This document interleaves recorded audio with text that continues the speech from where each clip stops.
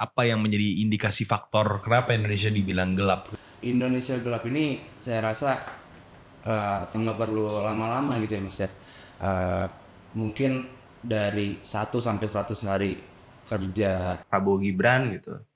Periode pertamanya sudah banyak yang dirasa jadi keresahan warga gitu. Mungkin kalau dilihat dari tuntutan kemarin mahasiswa aksi Indonesia Gelap sebenarnya ada 15 tuntutan Mas. Wah banyak banget. Betul. Saya kira cuma 1. Tapi katanya dui fungsi ABRI itu tidak terjadi katanya. Terjadi atau tidak terjadinya kan sebetulnya kan itu berfokus pada undang-undangnya saja ya Mas ya. Terbentuknya gitu.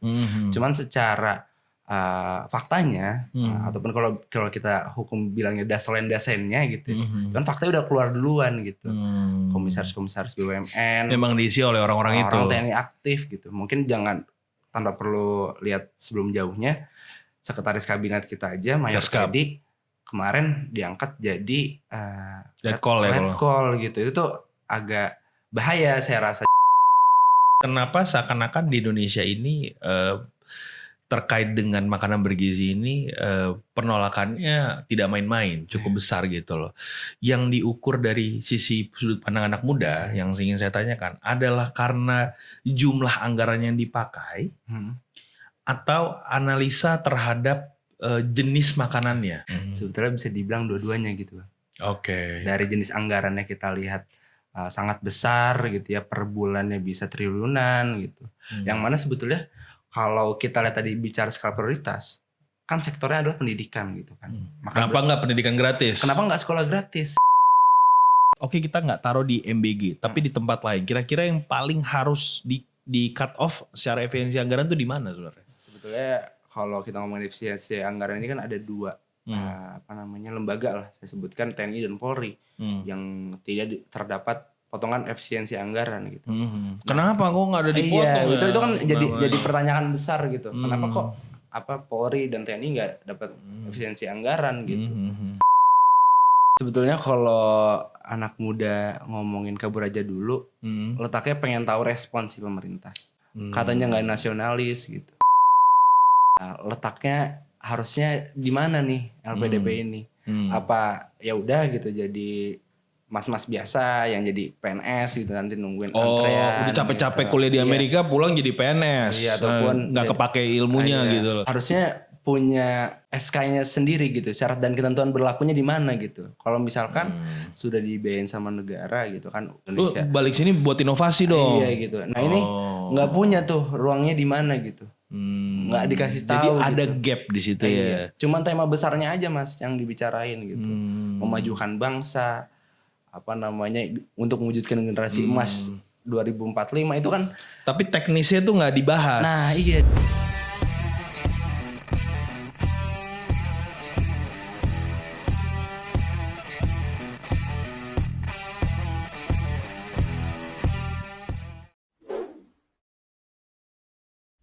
Assalamualaikum warahmatullahi wabarakatuh. Hai Nova viewers seluruh Indonesia. Kembali lagi bersama gue Nofriski Triputra, host daripada Novo Podcast. Hari ini kita akan bicara lagi seperti biasa politik dan hukum, tapi di bidang anak muda terkait dengan Indonesia gelap dan kabur aja dulu. Cuman kali ini gue mau ngomongin sama satu anak muda yang memang terlibat di kegiatan politik anak muda dan luar biasa sekali, namanya Bro Avicenna.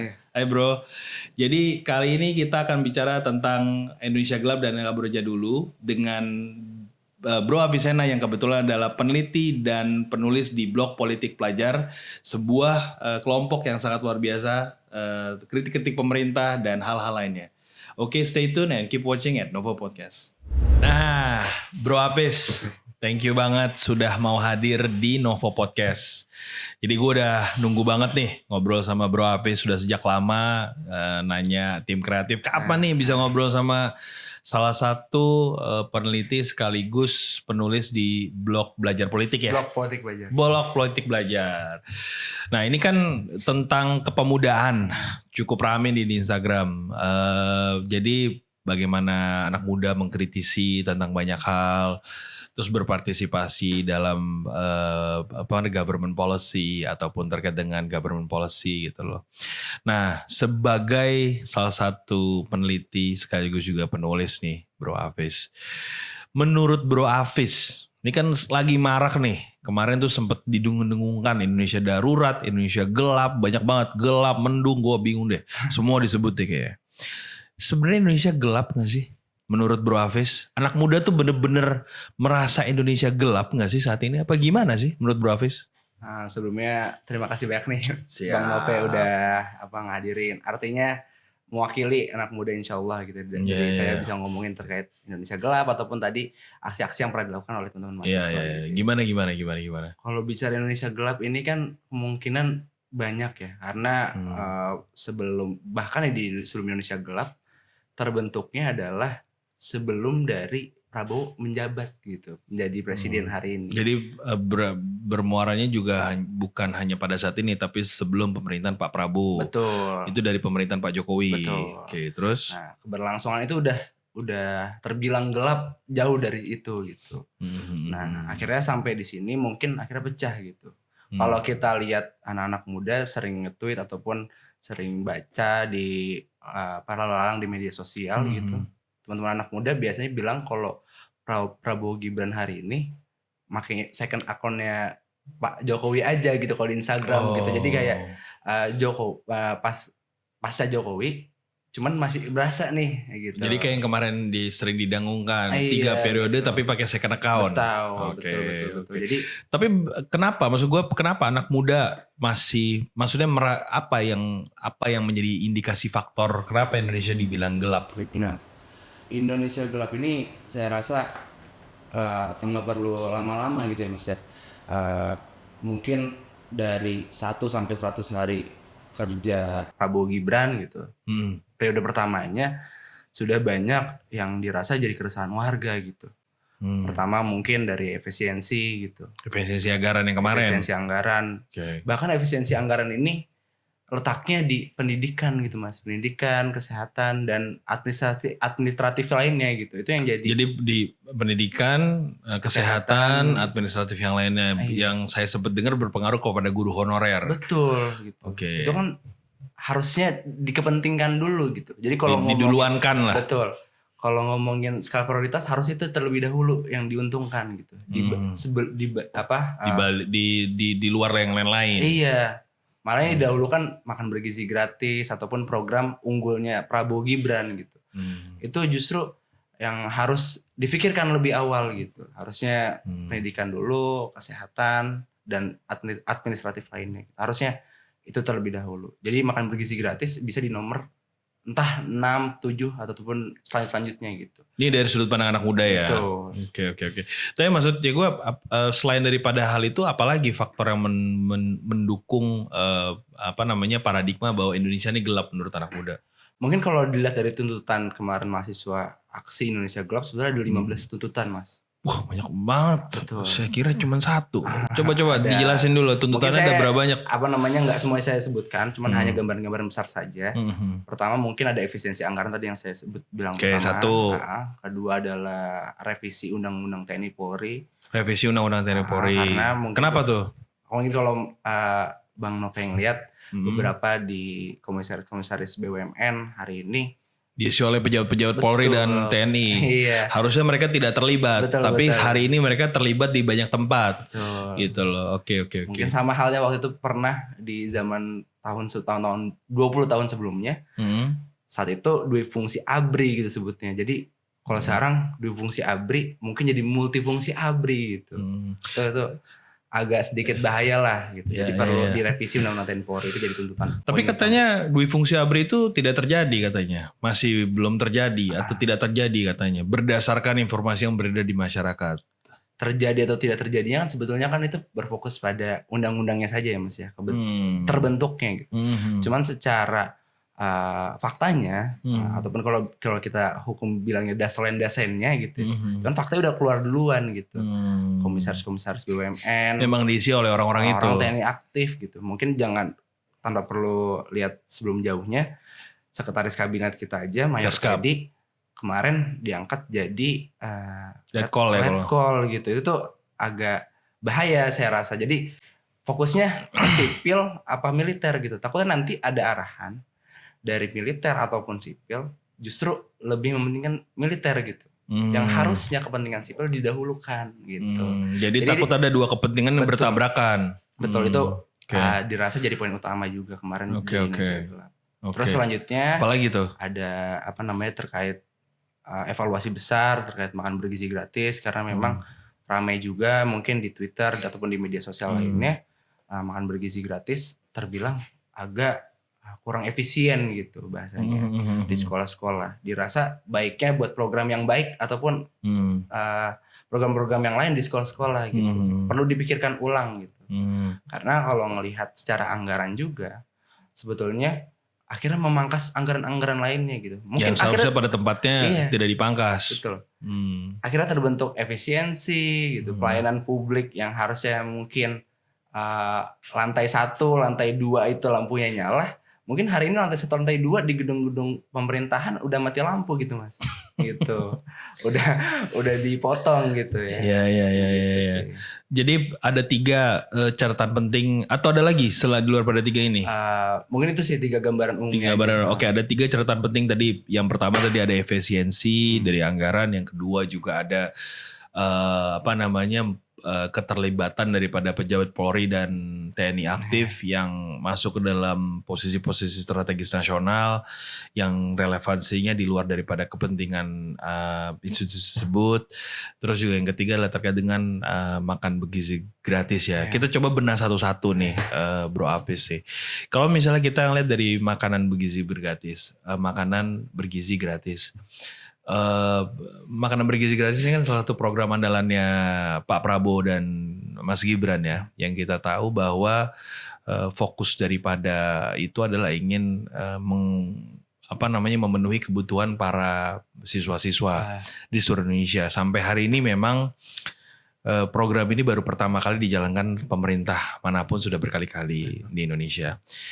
Kalau kita boleh berkaca pada negara lain, kita tahu betul bahwa negara-negara maju sudah melakukan itu terlebih dahulu. Misalnya negara-negara maju, misalnya seperti di Korea atau di Jepang, ataupun misalnya di Amerika Serikat, ada beberapa yang sudah melakukan itu sejak lama gitu loh. Jadi siswanya memang dikasih makan gratis nih, gitu loh. Sebenarnya kan hal itu sudah sangat lumrah di luar negeri ya, khususnya untuk negara maju. Tapi kenapa seakan-akan di Indonesia ini terkait dengan makanan bergizi ini penolakannya tidak main-main, cukup besar gitu loh. Yang diukur dari sisi sudut pandang anak muda yang ingin saya tanyakan adalah karena jumlah anggaran yang dipakai atau analisa terhadap jenis makanannya. Itu saya mau tanya nih dari Mas Bro Apis. Tadi kalau Bang Nove bilang dari segi anggaran ataupun dan kedua jenis makanannya, sebetulnya bisa dibilang dua-duanya gitu. Oke. Dari jenis anggarannya kita lihat sangat besar gitu ya, per bulannya bisa triliunan gitu. Yang mana sebetulnya kalau kita lihat tadi bicara skala prioritas, kan sektornya adalah pendidikan gitu kan. Kenapa nggak pendidikan gratis? Kenapa nggak sekolah gratis gitu? Itu yang lebih dibutuhkan. Kenapa nggak beasiswa didahulukan gitu? Kenapa itu yang anak muda ingin harapkan? Betul gitu. Jadi akhirnya jadi keresahan besar gitu. Harusnya pun kalaupun ada makan bergizi gratis ini, harusnya dibicarakan dengan selebar-lebarnya gitu. Baik dari anggaran gitu. Kalau kemarin kita lihat dari media, ada yang 10.000 lah. KPK menemukan dari 10.000 jadi 8.000 gitu. Turun terus. Ini bergizinya di mana? Iya, letak bergizinya dari komponen uang sekian, cuman habisnya triliunan, itu letaknya di mana gitu. Itu transparansi itu yang nggak disampaikan ke teman-teman masyarakat ataupun anak muda gitu, itu nggak tersampaikan. Jadi anak muda sekarang kan yang berkomentar ini kan terkait dengan MI ini kan di level anak mudanya kan hampir kebanyakan di SMA sama di kuliah. Betul. Saya belum menemukan terlalu signifikan dari protes itu di level, artinya mungkin ada tapi mungkin atau saya belum melihat atau seperti apa di medsos level SD, SMP ataupun SMA di beberapa tempat. Sepertinya iya aja. Nah, apakah dari sisi konteks tersebut menurut Bro Apis, anak-anak muda yang memang menerima situasi MBG ini bukan berarti dia tidak mau pendidikan gratis? Apa memang ya udahlah, gue juga nggak dapat makan siang nih kalau pulang ke rumah. Nah, gimana nih anak-anak muda selain daripada Bro Apis? Maksudnya seperti teman-teman Bro Apis tuh menyikapi hal tersebut. Ya kalau ternyata mereka merasa bahwa cukup nih makan bergizinya nih, itu gimana menurut Bro Apis? Nah, mungkin kalau dilihat kita nggak bisa samain Jakarta dengan daerah lain Luar gitu ya. lain, Nah, oke. beberapa kalau mungkin yang paling terbesar adalah maraknya di Papua. Oke. Kemarin siswa-siswa Papua rame di gedung pemerintahan Provinsi Papua mengeluarkan terkait penolakan makan bergizi gratis. Lebih milih pendidikan gratis. Lebih milih pendidikan gratis, lebih milih Hmm.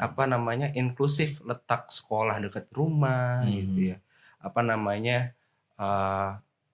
Aksesnya juga gampang, mudah gitu. Jadi itu yang sebetulnya jadi kepentingan teman-teman gitu. Dan di lain banyak di daerah-daerah juga harusnya dipikirkan tempat-tempat sekolah dulu gitu. Jadi kalau ngomongin makan bergizi gratis rasanya teknis gitu, Mas. Jadi rasanya ini letaknya juga pas jam istirahat gitu. Jadi kalau ngomongin pendidikan sekolah itu kan dari pagi sampai selesai sekolah gitu. Dari letak kurikulumnya, mata pelajaran dan segala macamnya, tenaga pendidiknya, guru-gurunya, itu yang harusnya dikembangkan gitu. Harusnya diperhatikan lebih dahulu dibandingkan makan bergizi gratis. Gitu. Itu sebenarnya poinnya sih. Gitu. Jadi poin dari anak muda tuh di situ ya, ingin ditekankan ya. Ini posisinya tuh di mana? Apakah lebih berat kemana dan apa yang menurut kalian itu lebih condong ke pendidikan gratis? Oke, sebelum gue ada pertanyaan menggelitik nih buat teman-teman anak muda nih sebagai corong suara daripada masyarakat. Jadi tadi kita udah bahas tentang kenapa sih anak muda mengkritisi MBG ini kan. Tapi di satu sisi belum terjawab sama gue dari sudut pandang anak muda nih sebelum kita masuk ke break session 2. Menurut Bro Apis, MBG itu lebih murni adalah kebijakan yang sifatnya syarat politis? Atau memang ini benar-benar yang kebijakannya murni ada hubungannya dengan kerakyatan secara masif? Dalam artiannya mau gue tanya adalah Pak Prabowo ini menjalankan ini hanya karena untuk kepentingannya sebagai kebijakan yang diambil karena memenangkan dia kemarin, atau memang ini hanya karena ya udahlah karena ada kepentingan politik terkait dengan pelaksanaannya, atau bagaimana menurut Bro Apis? Tapi sebelum Bro Apis jawab, kita break dulu sebelum masuk ke sesen 2. Oke? Jadi Bro Apis, menurut Bro Apis ya, kebijakan atau program MBG ini lebih cenderung dilakukan karena memang merupakan janji politik. Ini pertanyaan yang cukup menggelitik nih. Atau memang dari konteks kerakyatan memang ini memang perlu untuk dilakukan gitu loh. Dari sisi anak muda tuh bagaimana sebenarnya secara kepentingan politik terhadap kebijakan MBG ini menurut Bro Apis? Mungkin sedikit dari pandang saya Bang ya. Kalau MBG ini sebetulnya kita aja nggak nemuin tuh letak penelitian MBG terdahulu gitu. Jadi cikal bakal MBG ini apa sih gitu? Apa hanya sebatas tadi Bang Nove bilang tuntaskan janji-janji Prabowo saat kampanye gitu. Kan bagian dari janjinya itu. Kalau nggak dilakuin kan jadi tanya sama masyarakat dong. Gitu. Itu kan mungkin itu di situ gitu. Cuman yang jadi poin penting adalah ini cikal bakal MBG ini letaknya dari mana gitu. Apakah muncul karena hasad sendiri Pak Prabowo Gibran atau siapa gitu. Tapi kalau nggak dilakukan, apakah anak-anak muda akan bertanya juga, mengkritik Pak Prabowo dan Mas Gibran juga? Kemarin katanya dia mau ngasih makan program makan bergizi gratis, mana nih? Kok nggak ada? Kan gitu. Dilakukan salah, dikritik, nggak dilakukan juga dikritik. Jadi gimana nih anak-anak muda nih, menurut Bro Apis nih? Sebetulnya dilakukan, cuman memang harusnya dipertimbangkan lebih baik gitu Bang. Jadi eksekusinya yang perlu diperhatikan ya. Jadi kalau misalkan mau dilakukan MBG, dilakukan keterang-terangan gitu. Rapatnya diundang semua media, anak-anak muda juga. Bukannya sudah itu? Ya mungkin sudah, cuman kan hanya saya rasa sebagian tidak mencakup aja. Seluruh aspek anak muda. Iya gitu. Jadi nggak dapat gitu poinnya. Jadi makan bergizi gratis ya udah letaknya makan bergizi, ada ayam, ada tahu segala macam. Isi-isinya gitu. Cuman nggak fokus terkait sektor lain yang sebetulnya berkaitan dengan pendidikan gitu. Oke. Kiranya mungkin bahasanya ada yang kurang berani untuk menyampaikan itulah di depan hadapan Pak Prabowo. Mungkin Bro Hafiz ya mau berani menyampaikan ya. Insya Allah mungkin kalau ini mungkin tersampaikan hari ini gitu. Oke, jadi tadi adalah salah satu faktor dari 3 faktor dari 15 faktor yang dijadikan catatan keresahan anak muda terkait dengan Indonesia gelap. Nah, di Indonesia gelap ini kan tadi ada masalah efisiensi anggaran juga, ada posisi dui fungsi daripada TNI ataupun Polri kan gitu kan. Nah, menurut Bro Hafiz dan teman-teman anak muda gitu loh, hal yang terjadi yang 2 ini yang memang akhirnya menjadi kritik keras daripada anak muda, ini mempunyai nilai kepentingan politik yang sangat serius dalam artian ingin mengakomodir kepentingan politik, ada pesanan misalnya dalam artian seperti itu, atau menurut Bro Hafiz dari kacamata anak muda ya, memang secara jangka panjang, secara long term, ini punya nilai benefit tertentu. Contohnya efisiensi anggaran. Mungkin sekarang kita pada bertanya, anak muda pada mengkritik gitu loh. Wah nggak bisa nih, ini nggak mungkin nih jadi potong-potong segala macam. Saya kasih ide satu gambaran sedikit. Kemarin pada saat Trump menjabat di Amerika Serikat sebagai Presiden Republik Amerika ya, Presiden Amerika Serikat ya, itu kalau nggak salah Trump juga melakukan efisiensi anggaran dengan melakukan cut off ASN ya, yang ratusan ribu. Betul. Yang akhirnya meng-cut off budget yang harus dikeluarkan oleh itu, meng-cut off juga beberapa anggaran yang seharusnya menurut mereka tidak perlu, seperti penarikan dari beberapa perjanjian internasional. Terus juga ada potensi narik dari diri dari WHO dan PBB semua segala macamnya yang berdampak kepada anggaran cut off yang luar biasa. Dari sisi itu bisa terlihat sangat jelas bahwa sebenarnya Amerika Serikat ini sedang memupuk kebutuhan uang karena memang banyak butuh anggaran yang ingin digunakan. Dari sudut pandang anak muda, menurut Bro Hafiz, secara long term, apakah hal ini ada potensi sesuatu yang baik, efisiensi anggaran ini, untuk menghindari defisit misalnya? Atau memang ini nggak bagus nih? Maksud saya kita mau menilai ini dalam konteks hanya pada saat ini, menurut Bro Hafiz, kritikan itu. Atau Bro Hafiz dengan anak muda yang teman-teman yang lain, menurut Bro Hafiz, ini ada kayaknya ada bagus ya. Cuman mungkin jangan di sektor pendidikan, mungkin di sektor yang lain. Tapi untuk kedepannya ini bagus. Menurut Bro Hafiz gimana? Bicara efisiensi anggaran, bicara letaknya di masing-masing sektor sih Bang. Nah, jadi kalau misalkan tadi pendidikan kita lihat tunjangan kinerja dosen gitu ya nggak keluar gitu, nggak dimunculkan lah. Terus yang harusnya sebetulnya tersampaikan gitu efisiensi anggaran, cuman tadi ketimpangan itu akhirnya muncul. Makan bergizi gratis tetap dilanggengkan gitu, cuman efisiensi anggaran ini terpotong gitu. Jadi bahasanya kalau di lewat meme gitu ya, kalau saya pernah lihat di Instagram ataupun media sosial lainnya, anaknya makan gratis gitu, cuman bapaknya pusing gitu karena nggak dapat kerjaan, lapangan pekerjaan susah gitu. Terus ya semuanya serba susah lah. Pendapatannya berkurang. Iya, pendapatannya berkurang dan segala macam gitu. Jadi sebetulnya ketimpangannya letaknya di situ sih. Diskrepensinya ya. Iya, yang harus ditutup ya. Gitu. Jadi harusnya ngomong gitu, letak efisiensi anggaran ini di mana sih?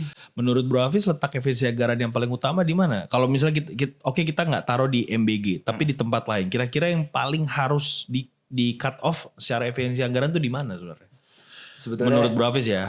Sebetulnya kalau kita ngomongin efisiensi anggaran ini kan ada 2 lembaga lah, saya sebutkan TNI dan Polri yang tidak terdapat potongan efisiensi anggaran gitu.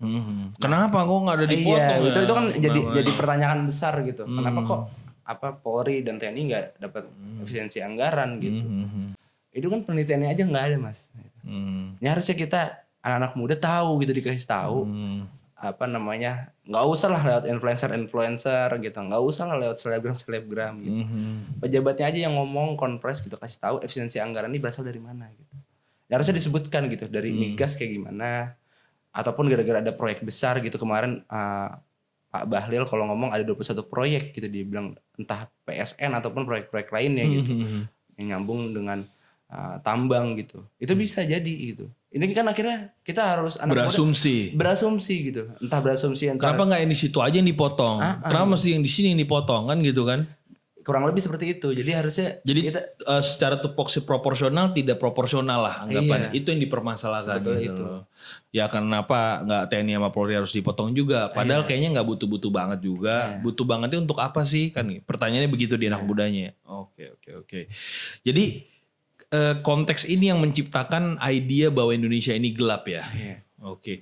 Tapi menurut Bro Hafiz, gelapnya Indonesia ini sesuatu yang terjadi secara mendadak saja, secara artian secara iklim politik memang langsung segera begitu saja, atau dari sudut pandang Bro Hafiz memang ini masih dimotori oleh orang-orang lama. Menurut Bro Hafiz?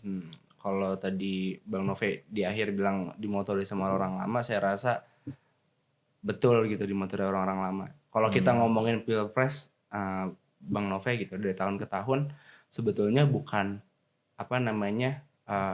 perbaikan dari negaranya gitu, cuman hanya yang pergantian orang saja, cuman perannya tetap sama gitu.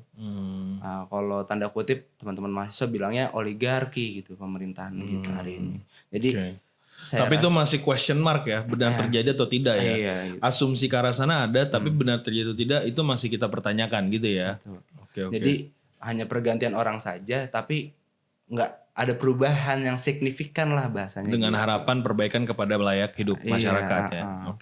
Oke, kita tadi udah bahas sekelumit itu tentang Indonesia gelap. Nah, gua tahu banget kalau di anak muda itu sekarang bukan hanya topik itu yang lagi dibicarakan, tapi juga kabur aja dulu nih. Topik yang kayaknya buat anak-anak muda lebih realistis ya katanya. Dan gue juga denger bahwa Bro Apis juga sering berkoordinasi dengan teman-teman di anak muda di Malaysia untuk terkait dengan kabur aja dulu ya.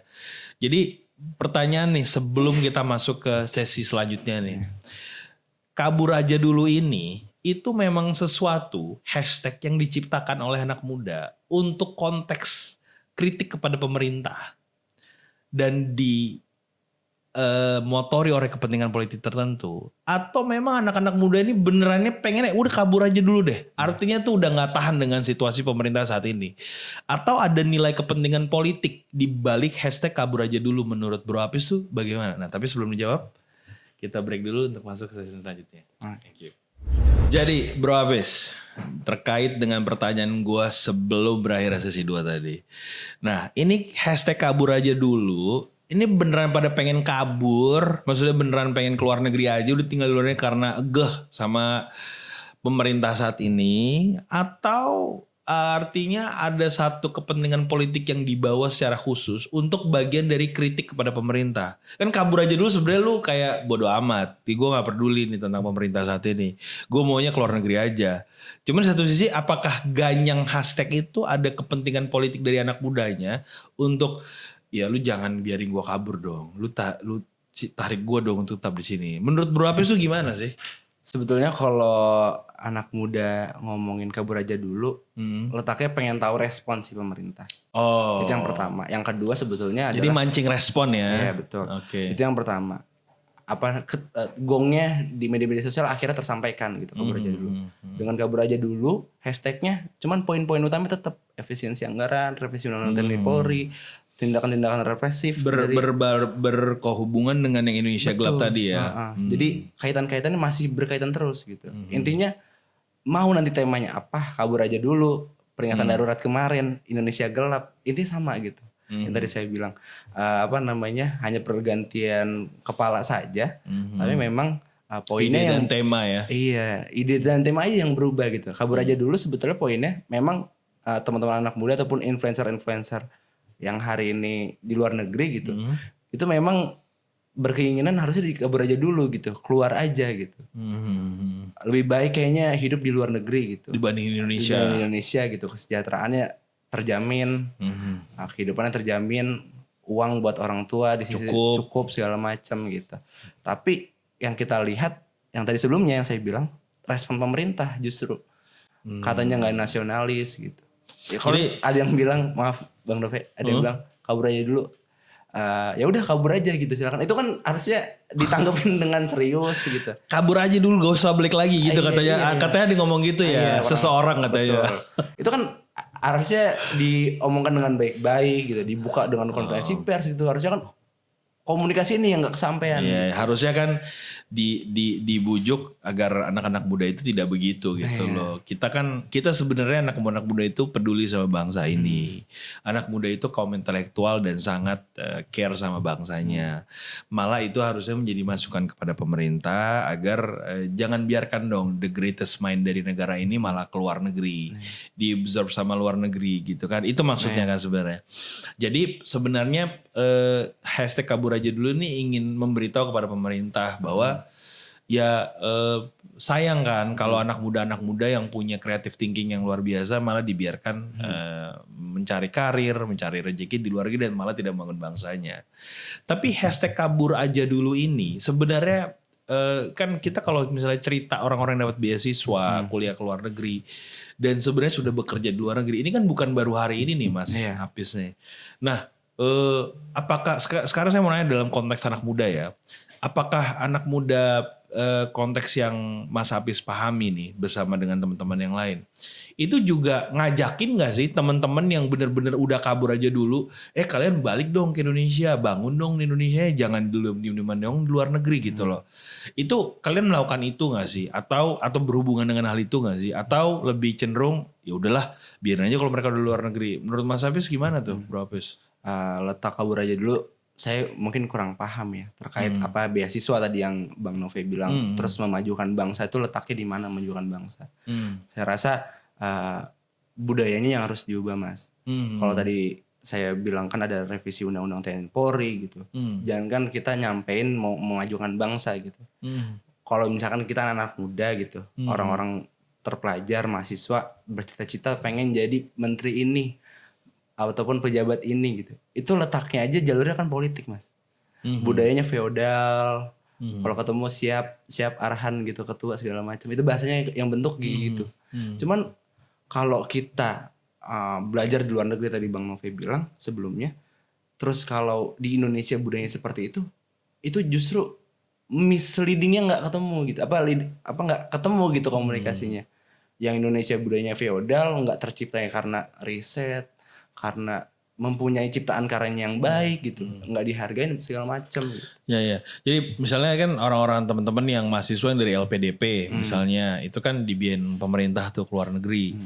Nah kan ada yang pulang, ada yang tetap kerja di sana. Nah maksud saya apakah teman-teman anak muda yang di luar sana juga diajak diskusi gitu loh? Mungkin kita semua pada kesal dengan negara ini ya. Mungkin anak muda hampir kebanyakan ya. Cuma maksudnya diajak diskusi gak sih? Lu balik dong untuk kasih mindset lo. Contohnya mungkin kita gali gampang banget ya. Saat ini ada dalam konteks kepemudaan ya. Ada kalau gak salah Wakil Menteri Pendidikan. Stella itu kan dia berkarir di luar negeri. Betul. Dia juga Harvard ya kalau gak salah ya. Dan dia cukup greatest mind lah di luar negeri. Nah, Pak Prabowo mencoba menarik dia kembali untuk Indonesia untuk membantu Kementerian Pendidikan. Nah, maksud gua adalah apakah teman-teman di luar di sini nih, teman-temannya Bro Hafiz, apakah juga mencoba mengstimulasi kalau kalian sudah di luar negeri, sudah bekerja, balik ke sini untuk mencoba memberikan kontribusi gitu loh kepada negara. Apa kayak kontribusinya, entah bikin apa. Itu kan satu hal ya, terlepas bagaimana rezim negaranya sendiri ya. Menurut Bro Hafiz itu gimana? Nah, itu tadi yang saya bilang sebelumnya Bang. Letaknya harusnya di mana nih LPDP ini? Apa ya udah gitu jadi mas-mas biasa yang jadi PNS gitu nanti nungguin antrean. Udah capek-capek kuliah di Amerika pulang jadi PNS. Iya, ataupun nggak kepake ilmunya gitu loh. Kebanyakan di dosen-dosen karena punya gelar dari luar negeri gitu. Dianggap di Indonesia dihormatin segala macam. Harapannya kan sampai Indonesia lu bikin apa gitu kan. Lu bikin apa. Tapi ini malah pekerjaan yang diambil juga bertabrakan dengan kultur budaya dari negara kita sendiri ya. Oke, terus. Harusnya punya SK-nya sendiri gitu, syarat dan ketentuan berlakunya di mana gitu. Kalau misalkan sudah dibiayain sama negara gitu kan, entah miliaran, entah ratusan juta gitu ya untuk memberangkatkan mahasiswa Lu Indonesia. balik sini buat inovasi dong. Iya gitu. Nah ini nggak punya tuh ruangnya di mana gitu, nggak dikasih Jadi tahu. ada gitu. gap di situ ya. Iya. Cuman tema besarnya aja mas yang dibicarain gitu, memajukan bangsa, apa namanya untuk mewujudkan generasi emas 2045 itu kan. Tapi teknisnya tuh nggak dibahas. Nah iya, cuman konsep besarnya Ya aja. oke, kita mau jadi negara besar 2045, tapi gue kuliah di Amerika, gue kuliah di Australia, di Eropa, semua segala, tapi sampai sini gue suruh buat apa nih? Iya. Jadinya cuman jadi pejabat lagi, hal-hal yang secara konseptual tidak seirama dengan intelektual itu sendiri, gitu maksud Bro Apis kan? Oke. Jadi harusnya Kementerian Pendidikan ini pada saat sebelum memberikan LPDP bukan hanya menyekolahkan, tapi harus punya target secara spesifik. Lu setelah kuliah balik sini, lu nggak mesti ngapain nih? Lu harus buat apa gitu kan ya? Oke. Nah anak muda dalam konteks seperti itu, menurut Bro Hafiz, itu sudah memiliki keinginan sendiri nggak sih berinovasi di Indonesia? Apa sebagian besar tetap nggak berpikir ke arah sana? Letak inovasi sebetulnya anak muda, individu per organisasi sebetulnya dilihat dari kebutuhan politiknya bang. Kalau kita lihat teman-teman kemarin Cipayung Plus ataupun kalau saya tadi bilang organisasi kepemudaan yang dalam hal ini gitu ya, inovasi itu sebetulnya banyak gitu, cuman per individu gitu. Jadi bukan berkelompok. Iya bukan berkelompok gitu, per individu, cuman akhirnya kita harus nyomot satu-satu gitu. Kalau kita lihat kan organisasi-organisasi kepemudaan yang hari ini, kalau tadi ngomonginnya kaum anak muda gitu, hanya mengkawal, hanya menemani pemerintah yang hari ini sedang menjalankan program gitu. Jadi kalau misalkan maaf ya, agak geser sedikit bang, terkait kasus Pertamina gitu kemarin, terkait pengoplosan Pertalite gitu kan, jadi akhirnya padahal itu Pertalite gitu bukan Pertamax gitu. Cuman ada mahasiswa-mahasiswa yang entah dibayar, entah apa komoditas politiknya, entah apa bakal nanti dikasih jabatan, entah di akhirnya gitu. Dia menggaungkan kalimat Pertamina hari ini baik-baik saja gitu, nggak ada pengoplosan segala macam. Padahal sekarang hari ini lagi diproses gitu di kejaksaan, bahkan nanti sampai di pengadilan. Kenyataannya gitu. begitu ya. Iya, itu sebetulnya yang miss gerakan pemuda sebetulnya di situ mas. Terbenturnya karena orang-orang yang bahasanya menggembosi gerakan rakyat itu sendiri gitu, atas nama gerakan pemuda. Betul itu. Itu yang harus sebenarnya perlu disinkronisasikan. Gitu Oke. Thank you banget Bro Apis udah mau ngobrol hari ini di episode terbarunya Novo. Kita tadi teman-teman Novo viewers sudah bicara banyak hal tentang politik di anak muda, sekelumit tentang Indonesia gelap, kabur aja dulu. Semuanya udah kita bahas dari A sampai Z terkait dengan Indonesia gelap dan kabur aja dulu. Semoga pembicaraan tadi bermanfaat buat semua, dan seperti yang selalu gue bilang, politik itu seperti air. Dia akan mengikuti di mana dia berada, tapi tergantung siapa meminumnya dan siapa yang menuangkannya. Bicaralah, lantanglah, tapi dengan cara yang baik. Stay tune and keep watching at Novo Podcast.